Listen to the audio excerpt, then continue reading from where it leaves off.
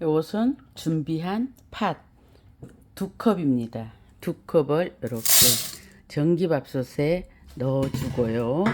요 팥의 4배, 그러면 요 컵으로 8컵을 넣어야겠죠. 물은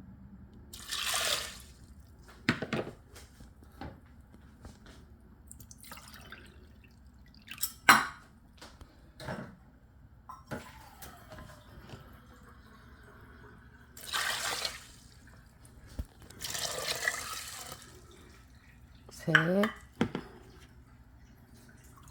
넣어주고 치사 눌러주면 됩니다.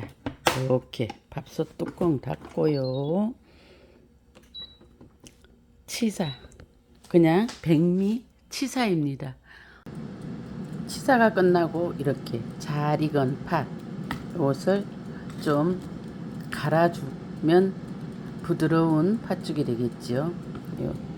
소금, 천일염 조금 넣고요. 천일염을 넣어주면 팥의 단맛, 그 팥의 단맛이 좀 더 깊어지는 것이지요. 설탕은 넣지 않고 이렇게 소금만 조금 넣어줍니다. 불려놓은 찹쌀을 넣고 한 번 더 치사를 해줍니다. 팥을 3분의 2 정도만 건져서 이렇게 갈아주고요. 3분의 1은 통팥이 그냥 있게끔 팥죽을 만들어 보겠습니다. 팥은 예로부터 동짓날이면 팥죽을 써 먹고 떡, 빵에 앙금, 팥밥을 해서 먹고 여름에는 팥빙수를 만들어 먹는 것으로 사계절 내내 애용하는 것이지요. 붓기를 빼주고 혈압 강화 작용, 당뇨 개선에 도움이 되는 것으로 동의보감에 의하면 팥은 종기를 낫게 하고 열기와 종기를 삭힌다 라고 기록되어 있다고 합니다. 팥물차를 마시면 다이어트에 도움이 된다고 한때 팥차 다이어트 엄청 유행했었지요. 팥에는 식이섬유와 아미노산이 풍부한 것으로 실제로 팥밥을 해먹고 팥죽을 먹으면 다음날 속이 굉장히 편안하지요. 변비 개선, 붓기 완화 작용이 뛰어난 것으로 또한 지방간, 해독작용, 피로회복에 아주 좋은 것이랍니다. 가끔씩 이렇게 팥밥을 해먹으면 우리 건강에 많은 도움이 되는 것이지요. 팥은 너무 딱딱해서 불리고 삶고 하는 것이 어려운데 이렇게 전기밥솥 활용하면 정말 간편하게 팥죽이나 팥밥을 할 수 있습니다.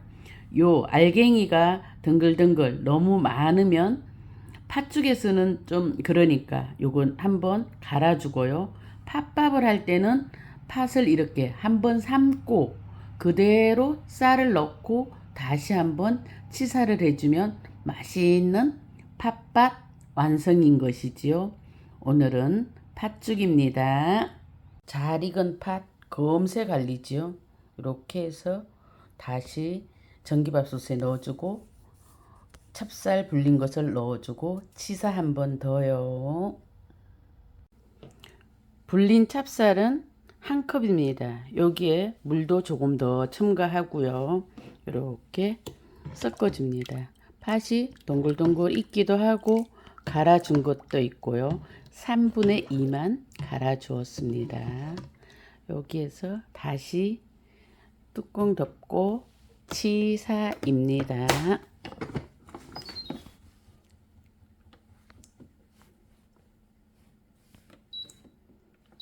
치사요. 요 찹쌀이 익을 동안에 새알을 준비하겠습니다.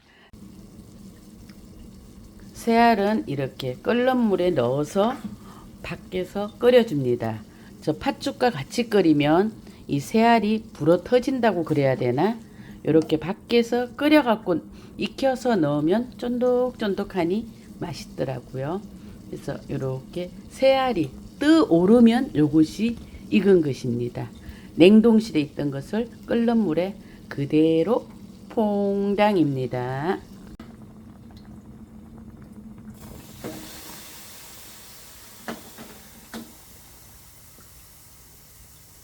이렇게 떠오르면 요 새알이 다 익은 것이지요. 요것을 찬물에 헹겨 줍니다. 찬물에 헹겨 줘야지 겉에가 쫀득쫀득하게 바뀌는 것이지요.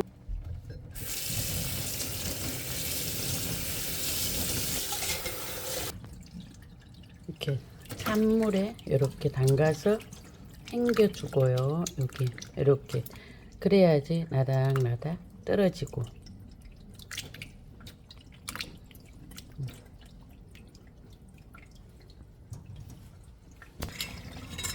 이렇게 물기를 빼줍니다.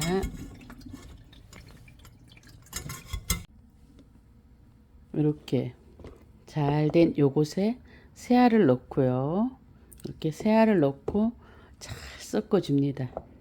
이렇게 새알이 부러뜨지 않고 이렇게 여기에서 조금만 더 두면 소금 간 해서 먹으면 최고인 팥죽 완성입니다.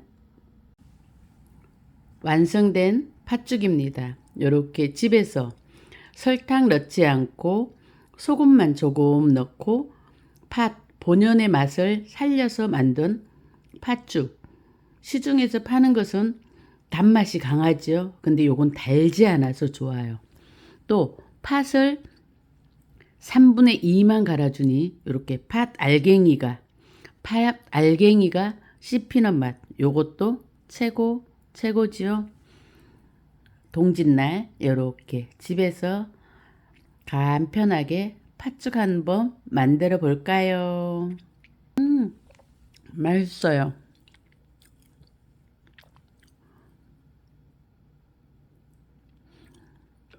요 새알도 그렇게 밖에서 삶아서 넣으니 더 맛있어요.